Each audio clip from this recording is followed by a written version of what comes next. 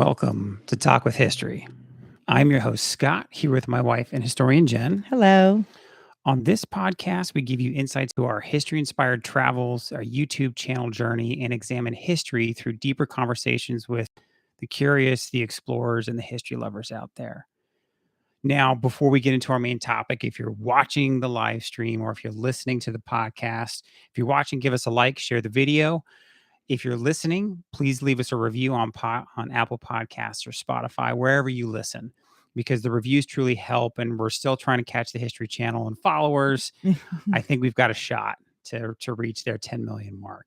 We're close.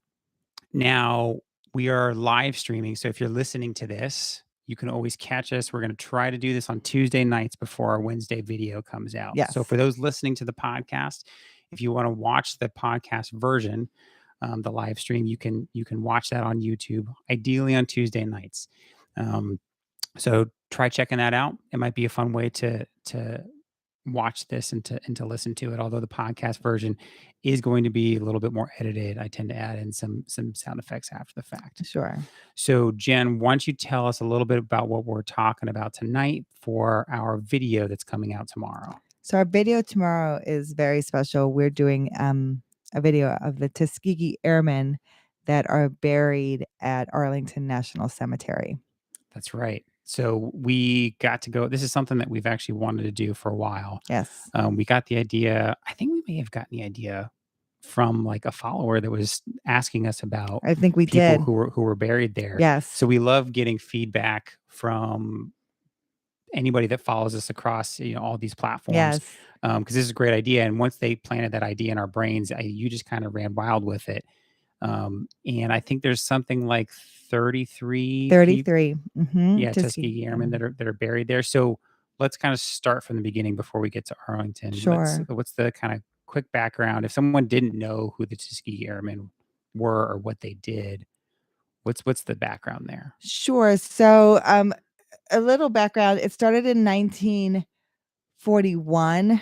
A bill was passed in 1939. There were no African American military pilots before the Tuskegee Airmen, and because of segregation in the military. Right. And by 1941, there was just a need for pilots. It was a need for people to fight in the war. The war had been going on, and every able-bodied person wanted to fight. And you had just some people who really were pushing for African Americans to be given the opportunity to fly. That's right. And so the bill was passed in 1939. The funding was found, and they started it at the Tuskegee Institute. And that's why they get the term Tuskegee Airmen, because Tuskegee gets tied together with African American education because of Booker T. Washington. Mhm. It's where the Tuskegee Institute is at. Booker T. Washington was a former enslaved man who started this university that was world renowned and credible for African Americans to study and just to be seen as equality with white people at the time. So what was interesting about the Tuskegee experiment is, and I apologize, I have a cough still lingering, is they took the best of the best. So these African American pilots, it's almost like what they did with the women, is you had to have flying experience. Well, and I think I saw something. I don't know if this is a quote from one of the pilots, but part of the issue, but also part of the outstanding result was that their barrier to entry, they made it so difficult and so high that what they ended up doing was getting the best, the smartest, the people who had. They made it so difficult that everybody who got in was really smart and really, really good. And so most people had to have flying experience. And that's what was unique about Tuskegee Institute, because they had started a civilian flying program in 1939. So for 2 years, they were training pilots. And so these men who were learning aerodynamics and learning how to fly just came in, and they were engineers and doctors and very smart, used to stress, used to taking these exams, very, very, very physically fit. So like you said, it was because they made it so stringent, they were the best. And then they could really lean on each other Yeah. to motivate each other. So, and they weren't getting the best aircraft to fly, Right. right? And they weren't, but because they were so good, they were able to adapt. Yeah.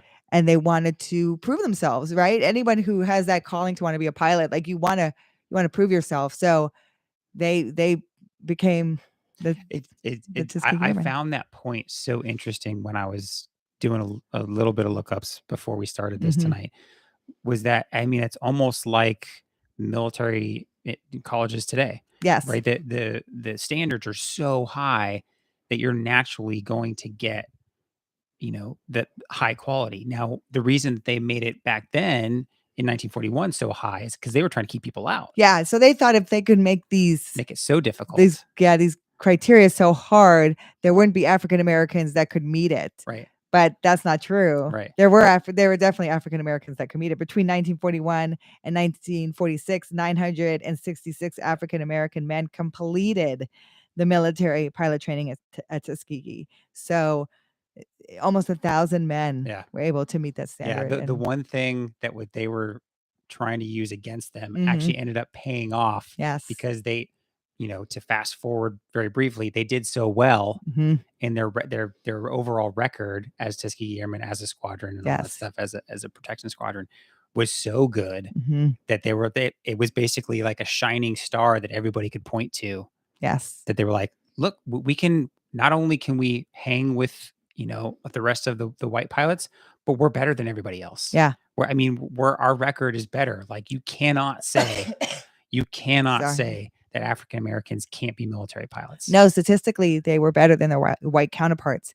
And so I think, looking back, hindsight, I think it was helpful that they were all together, Yeah. like their squadrons were together and they became the Red Tails, to distinguish themselves. But I think it helped to build that camaraderie. Yeah. And as we learned with Band of Brothers in the previous episode, that when you get with a group of people who can really lean on each other for when you're low and they're high, Yeah. it helps you move together as a group. And that's what happened with the Tuskegee Airmen. Yeah. So now you mentioned the red tails. So Yes. we don't dive in this particular video. We don't dive Sorry. too deeply into like the training and the background of the Mhm. Tuskegee and everything like that. We focus a little bit more on the Tuskegee Airmen buried at Arlington National Cemetery. Yes. But you do talk a little bit about kind of what the red tails were and what they did during the war. So what we show in the video, and you'll see, is we give you some clips from the movies. And there's two pretty big movies Yep. about the Tuskegee Airmen. One's called Tuskegee Airmen. I saw it, and I think it was in college when it came out, 1995. 95. And it has some big names in it. Cuba Gooding Jr., Lauren Fishburne. Yeah. And that movie is more about the training and kind of leading up to when they started to escort bombers into Right. Germany. And then there's Red Tails, which is more of a current movie, 2012. And that's more after training and then all the flying that they did, because it's Yeah. much more aerial. Well, in 2012, right? We're back in the era of CGI. CGI. So they can show a Yeah. lot. So one of the cool things from an editing perspective was when Jen starts talking about what the Red Tails did during the war and what these, if you don't know a lot of military aviation history, and I didn't know as much, obviously, and like I say, every single time until I made this video with you, was these bomber squadrons, right? They relied heavily on the bombers to drop bombs, Bombs, yeah. Germans and stuff like that. But the bombers weren't very maneuverable. They're not maneuverable, and they're not very They don't really have good defense. Right. They've mechanisms. got like one kind of turret, but they're pretty stationary. They got to kind of stay on course. Yes. So they can't really defend themselves when the German fighters come at them. They're basically sitting ducks. And that's why they would send so many bombers. Yeah. Because they thought, oh, if we can just infiltrate you with a ton of bombers, we'll lose some. Yeah, some are going to make it. A lot are going to make it through. And they would send, squadrons like the Red Tails. So you get fighter squadrons to escort them. Right. And fighter squadrons would escort them for, small periods of time, as long as they could. Their gas tanks are smaller, and then they would have to turn back. And so that is what the German fighters were hoping for, that they would turn back and then they could shoot these aircraft down. Well, they were losing too many bombers. So that's when the Tuskegee Airmen were called up to help escort a flight into Berlin. And this is where they kind of at first make their name, and then they're escorts for the rest of the war. Now, most squadrons, as you know, will have like a squadron patch or some kind of nose art or some kind of something that brings you all together as a group, right? You can kind of look at it as something that, we can It's the all, squadron symbol. yeah, we can Yeah. all stand behind. We're all, I mean, and what were some of yours when you were I flying? was a black scorpion. Right. I was a war eagle. Um, you get different, you get different things, and you get different like call signs and for your aircraft, and you have different aircrafts that get painted different things, Yep. and so I think they were looking for something to connect them all. Yep. And because these are older aircraft too, they're constantly getting maintenance, constantly getting painted. A painted aircraft is lower drag because you're painting. And so they were like, let's make all these tails red. Let's distinguish ourselves. Yeah. Let's build some camaraderie amongst ourselves. Let's show them that we're like a brotherhood. And so that's what was very distinguishable from the air. So when the bombers first saw them coming up and they're flying the P-51s, the Mustangs, they have these red tails. And to get close enough to see someone's skin color is probably not even a factor.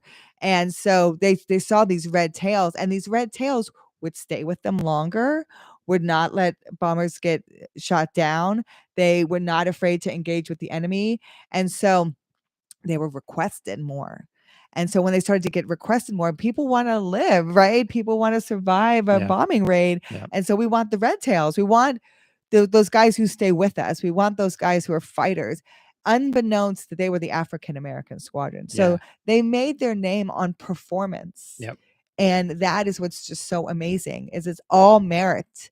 And so it's a great story. It's about, desegregation and the story of America. I just really love what they did together as a group and how they, broke down racial barriers. And I'm sorry. You have individual ones who did individual things that we talk about at Arlington, some who got out of the military, but some who went all the way and really broke barriers in the military, in their military service. So it was just a great honor to be Yeah, there. and I think one of the things kind of before we move on to Arlington that I liked about this too, that really made sense when it came to the fact that they were able to do this, right? Mhm. To break through, some of the early walls of segregation was you're in the military. And you've talked about this for other military issues that pop up even nowadays. Ultimately, it's about living or dying. You do not care what No. color the person is, what they wear, Who they love. who they love. Like you don't care. If you You could keep me alive, and so I can Yep. fly this B-29 bomber or whatever it is, so I can drop my bomb and you keep that guy from shooting me down. I don't care what you look like. Yeah.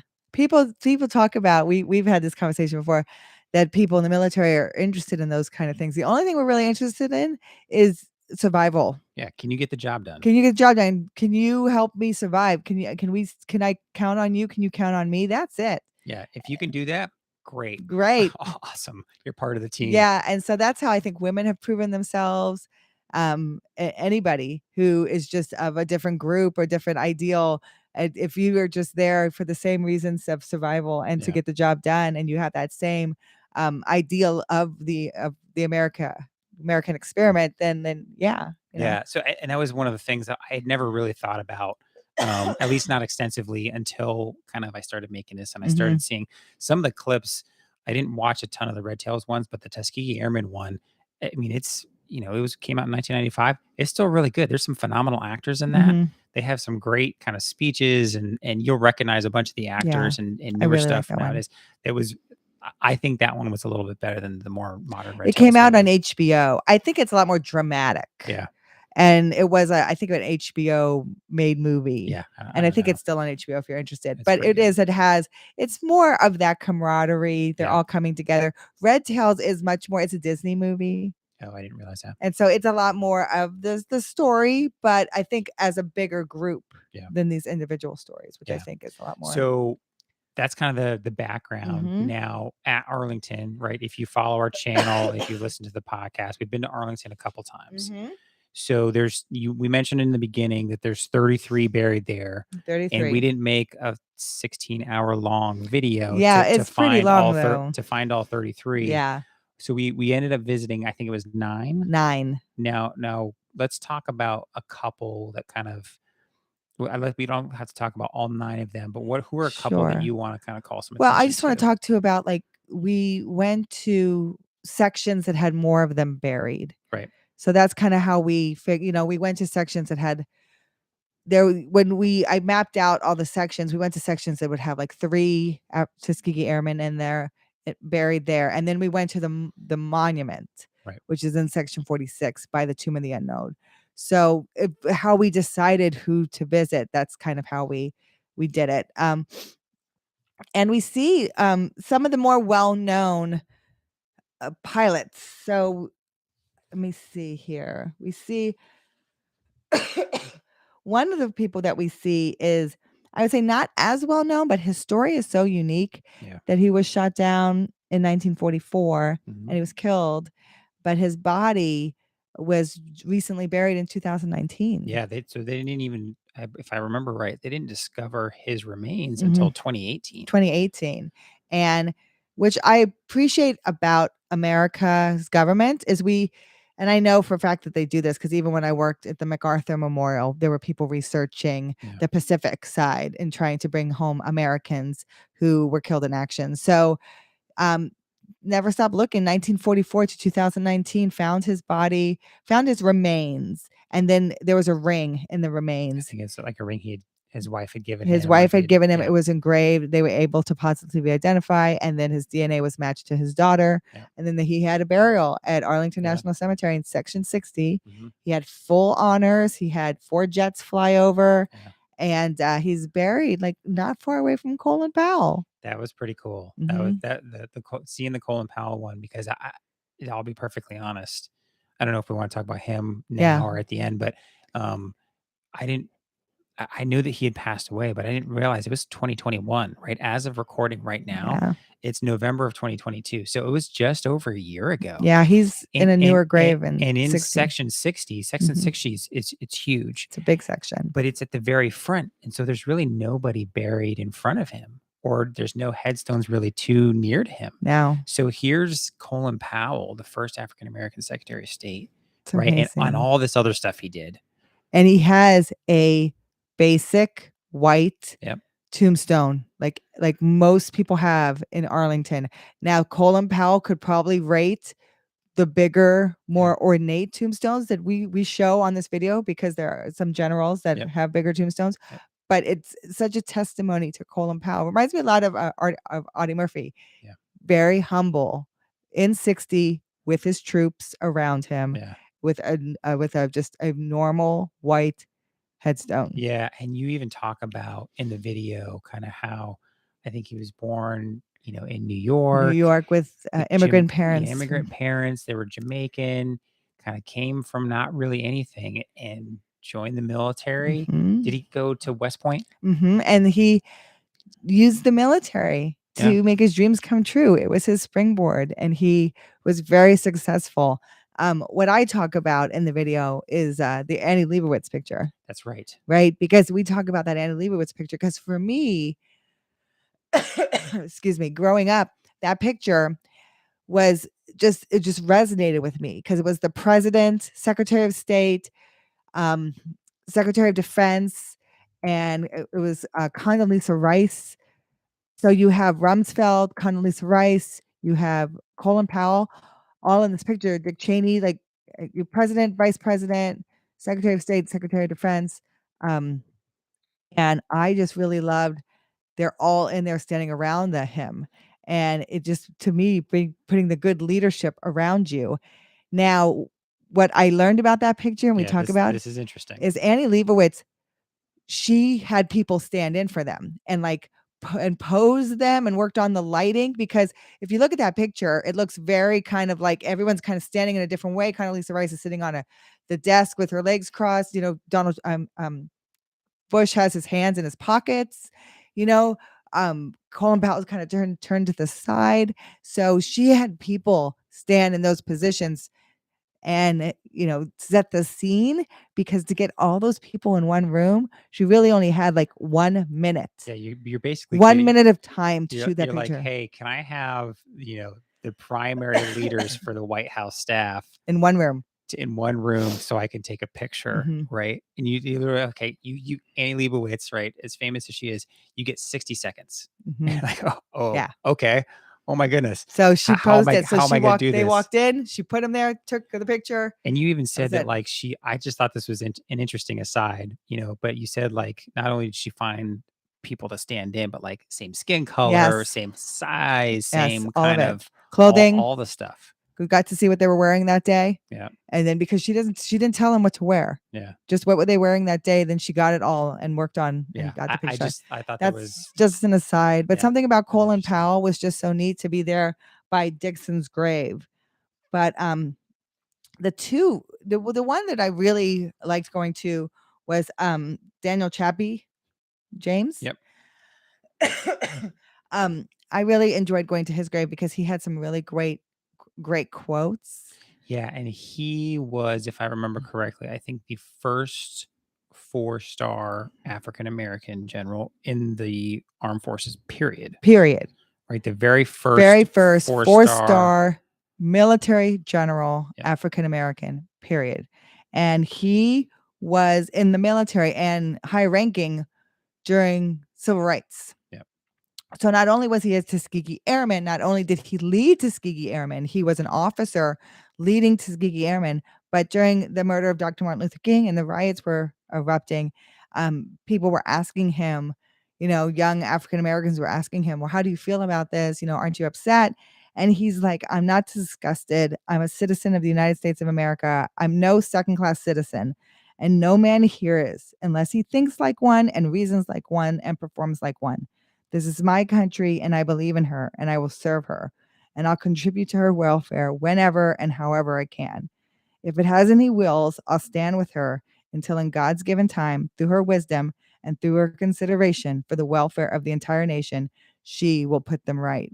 And I loved that. And there's a stanza of it on the back of his headstone. Yeah. But I loved that because what he's saying is, I love my country and I deserve to fight for my country and to lead my country as much as anyone else. And I don't think any differently about myself. And yeah, my country's going to have issues and problems like anybody else will, but I stand by the ideal of it. And that's what I fight for. And that's what I stand for. And I appreciate that so much because that's what really that resonates with me about how I felt about my service to my country. Yeah. And for someone like that too, I mean, talk about someone who, again, just like Colin Powell, used the military Mhm. to succeed and be that shining star and example for what can be done. Um, but he's been, he has that quote, but Mhm. he's been living that quote for his entire career, Yep. right? He was a pilot for in the as a Tuskegee Airman. I mean, you can still find clips of him on YouTube. I didn't end up using him in the Yeah. video, but you can find clips of him in 1970 or whatever, whenever he was still in. Like Yeah. he's getting interviewed on some news They show or interview something him and like they that. ask him, "What's your proudest accomplishment in the United States military?" Yeah, Right? I think What that stands out to you? I think that was the other Oh, I thought the that was that Davis. was like the other 4-star James. general. Oh. He was the later Oh, okay. 4-star But I general. loved that. I loved what he said then too. Yeah. Um, So the other one was, I think I wrote it in the notes over there, at the bottom. Davis. It was Davis, um, Yes. Benjamin. Benjamin Davis Jr., first brigadier general in the United States Air Force. Yeah, Yep. And his was, what's your proudest accomplishment in the United States military? Like, what stands out to you? that's right. And I don't think the reporter was expecting this answer, Yeah, but he said being a Tuskegee Airman yeah. and leading these men in flight because he's getting interviewed like in the 60s, It was 1970. That 1970. clip was So 1970. for him to say, "Oh, my proudest accomplishment was being a Tuskegee Airman 20 years ago," but Yeah, still that is what he still remembered and resonated with him. I thought that was so cool. yeah, yeah. So here he is saying, "Hey, 25 years ago," Mhm. and he was actually the commanding officer. So he Yes. not only was he a pilot, but he was the commanding officer of the Tuskegee Airmen. So Mhm. he led that unit. And there were only, I think, 2 African American officers in Tuskegee. Yeah. So when you think about it, who's training all these men are usually white pilots, and most of them are racial segregationists. Like, they kinda want the experiment to fail, right? So they're not doing them any favors, they're not helping them out, and so then you have these, 2 African American officers who are not only dealing with that, but then trying to train and then trying to protect. It's just a very interesting situation to be in, but that's leadership and that's overcoming. And so I really think, he was another one we were very honored to visit. And what's interesting about Davis is his father is not far from him. That's right. And his father also was a general in the army, I believe. Yep. And so, he sees his father's African American. He's a general in the army, and he's like with Theodore Roosevelt, Yeah. I think it was so like Spanish American War or something yeah. like that. And so he is making his name for himself, and he's like one of the first African American brigadier generals in the army. Yeah. And so he's seeing that. That's a very good example for him to become a general in the Air Force. I always think that, if you believe you can do it, and if you do it, if there's no concessions made for you and you're meeting the criteria of everybody else, then you feel that confidence. And why shouldn't I be here? Yeah. I did it. I should be here like everybody else. No, that was it was neat visiting these graves and seeing the firsts, right, and learning about them. And each time I thought it was actually interesting that you would talk about how many combat missions they flew. Yeah. And one of the interesting things from that, and you'll see it if you ever watch the Tuskegee Airmen movie, is they talk about how white pilots would usually fly home after about 50 combat missions, Mhm. right? And the Tuskegee Airmen, and they talk about this in the movie, and I didn't connect it until just now. You talk about this he flew 130, 140, 160 160. state combat missions. Mhm. And in the movie, that's one of their points, right? Is I think it's actually somebody portraying Benjamin Davis, Yeah. as the commanding officer of the Tuskegee Airmen. He's addressing some congressional members, and John Lithgow is kind of the antagonist, Yes.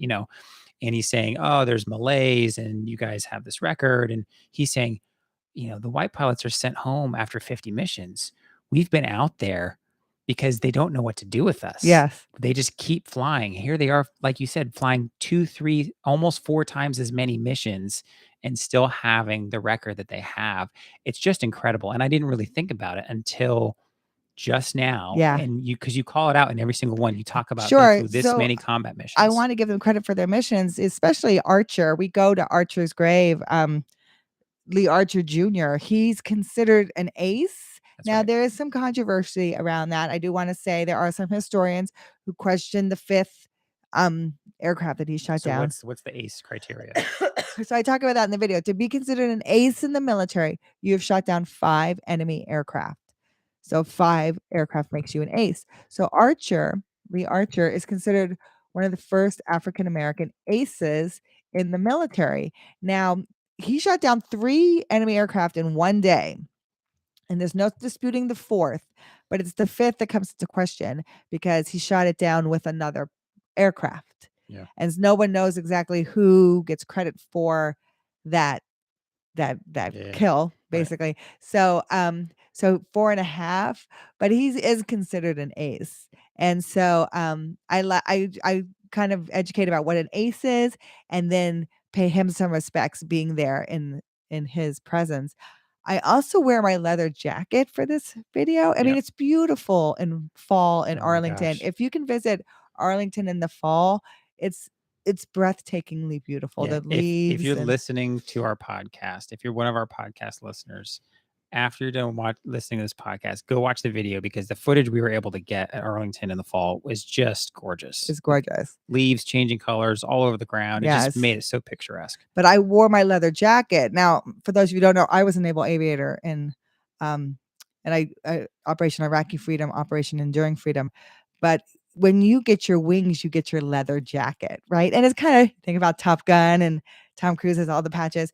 Well, the Tuskegee Airmen all got leather jackets. And At the time in the 40s, when you're a naval aviator, everyone gets a leather jacket, not because it's cool, because you're flying in an open cockpit. Yeah. And an open cockpit, all their trainers were open cockpit. Now the P-51 is closed, but um, it's freezing when it's open cockpit. And even closed cockpit, they're flying during the winter in Germany. It's not like you have these high heaters in your aircraft. Yeah. And so you're freezing cold wearing your leather jacket. And a leather jacket does keep you very warm. I flew with it over the Rockies in a D-34, which is a very cold aircraft as well. And I was nice and toasty. But I talk about the significance of me wearing it. I did it, now naval aviators get the leather jacket ceremonially, because it's what other naval aviators have gotten. Now, it is part of your uniform. You can wear it with your flight suit, but there is no criteria for the patches. So some pilots will put tons of patches on, some pilots will put none. I have two. So it's something that you can really individualize for yourself. But I wanted to wear it to honor the Tuskegee Airmen, because they all wore their leather jackets in training. So I just thought it was something that I could do to honor them. Yeah, no, it was a very fun video. I highly encourage anybody listening, watching tonight, to watch it when it comes out on Wednesday. If you're watching the live stream, that's tomorrow. If you're listening to the podcast, it's already out. When you're done listening, go find us on YouTube and watch the video. Yes. So, again, another Arlington one. I thought it was apropos that we were able to do this for Veterans Day. Yes. So it was a really nice way for us to kind of pay tribute to other veterans, right? Obviously, you're a veteran. I'm still in. But it was a nice way for us to pay tribute to veterans and a very unique kind of set of veterans. Sure. We want to honor those that came before us and paved the way for us and broke barriers and, just and what they did for America. I mean, they're the greatest generation. Yeah. And not only are they the greatest generation, but I'm sorry, I have like a frog in my throat still. Not only are they the greatest generation, but they were breaking such racial barriers at the time and defending our country. So I just feel like they deserved to be honored for Veterans Day. Yeah, and there's a whole lot more that we didn't talk about tonight in the podcast. It's coming out on the video, so if you're watching the live stream or listening, go check it out. But thank you again for listening to the Talk with History podcast, and please reach out to us at our website, talkwithhistory.com. But more importantly, if you know someone else that might enjoy the podcast, please share it with them, especially if you think today's topic, the Tuskegee Airmen buried in our Arlington National Cemetery, would interest a friend. Shoot them a text, tell them to look up the Talk with History podcast, because we rely on you, our community, to grow, and we appreciate you all every day. Thank you. Thanks to everybody on the live stream. I appreciate sorry about my coughing. Yeah, you guys being patient with us. I'm going to stop recording. It was important that we did this because we wanted to honor this video. And even though I'm kind of getting over a cold, I still wanted to make this. So I'm sorry if I'm coughing in your ears. I apologize. No, thank you, Eric. We love having you guys on. And even though the live stream, isn't watched by a ton of folks, it does live on the channel for a while after the fact. So it's fun to see people watch it and comment later and stuff like that. Yeah, so this is a very cool video. It flows really nice. And it was just a beautiful day to shoot in Arlington. So I hope you enjoy it. Yeah, it's gorgeous. I mean, it's the first time we've been there in the fall, and it's just like I told Jen, like, after we got the footage, I was like so happy with the footage because it's just absolutely beautiful. Yes. So, just an update. Thank you, Rick. Yes, I took your feedback from last week about my audio being too small, and I did play with some settings. So I appreciate the feedback. Rick gave us the feedback last week. We always video love quality. feedback. I'm still learning the live stream thing. So again, thank you for that. Hopefully the video quality, I think it's a lot better because we're streaming straight through YouTube rather than through another service. And it sounds like I adjusted our audio just enough. So I appreciate Rick. Just in time for me to cough in your ears. Just so you can get a nice crystal clear cough from Jen, the smart one on the podcast here. So well, thanks again. We're not going to hang out for too long, but we are going to try to do this again next Tuesday. We're going to try to make this a Tuesday night thing.